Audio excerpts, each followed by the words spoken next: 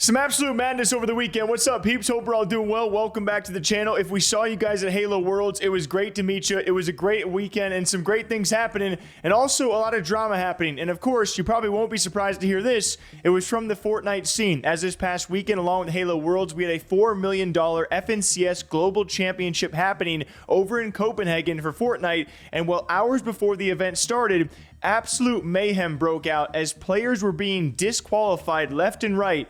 Just hours before the event, ushered to the airport and sent all the way home. As it was first Jace, FNCS champion by the way, saying just got disqualified, F this game. We later found out it was not just Jace, but also his partner Repulse, who were both disqualified. As he said, I don't think I was supposed to get disqualified. Repulse and Bucky got an email about why he was disqualified, but I did not get anything at Fortnite Competitive, and then showing himself, you know, maybe having one last good time at Copenhagen before he and his partner were ushered off to the airport and sent back home. And I would say when it comes to this duo, a lot of the accusations stem from apparently this being allegedly where Jace had teamed up with Repulse, and then Repulse had actually sold his account to a well-known cheater, and then they go on to actually, well, do very well whilst Jace was playing with a cheater who is playing on Repulse's account. That is just the accusation, but it was widespread throughout the entire OCE region. You even had people, very, very big, prominent people responding saying, hey,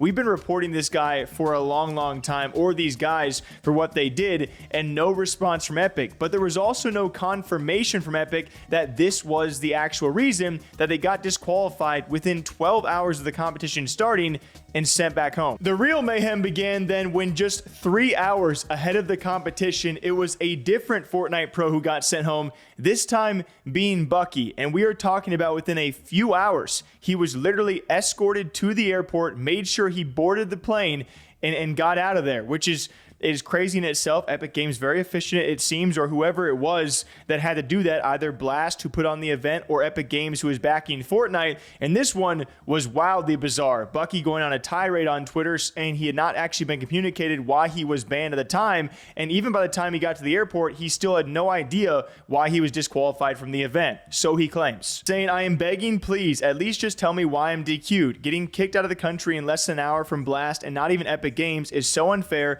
Like, let me talk to an Epic Games employee. It's an Epic Games event, not Blast. And then one last time before his flight, last chance, I'll get off this flight right now and come walk out a minute before the first game and shock the world. Then he talks about potentially retiring and giving up, also saying he actively tried to do so much for Epic. He was also asking all the employees for interviews and so much that he was trying to do for the event itself. Then goes this suspicion of what it was, maybe him changing his digital vibrance on his computer and showing a screenshot that was passed around. A lot of different theories were then sparked up by all of these screenshots.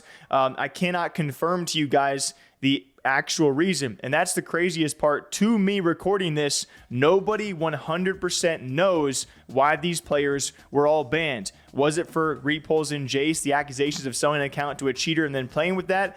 Possibly, but that's not what the theory going around is. The theory is actually, in fact, them breaking a different rule, which involves bringing substances or alcohol onto the premise of where the competition is, where they did not allow such substances because you do have underage kids competing alongside you, and you're also a competitor. So you're, you know, I think it's typical that you don't allow alcohol or other substances, no matter if it's legal there or legal age, in the competition premises. So that's the other theory going around, which makes this whole thing even more bizarre. As Bucky then says, he was disqualified for breaking Section 8 of the Code of Conduct, but when you look at Section 8, well, there's a lot of different parts of all of this.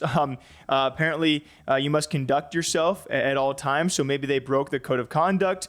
They also must be respectful, so maybe it's along there. But you go through this list, and it could be anything from the way you conduct yourself to competitive integrity, and the list goes on and on. Now, it also, they say themselves, but they also communicate, they were told it was in Section 8, but they don't know the exact reason inside Section 8. That is according to the players. They are saying they do not know the exact reason why they were disqualified hours before the competition, which does seem crazy. And if that's true, that's really sucky. But the large suspicion by a lot of people out there, which I cannot confirm, is based off maybe the way they conducted themselves behavior-wise, or the substances and alcohol policy being broken, which is also very stupid to break when you're at a $4 million event and you have a partner there too.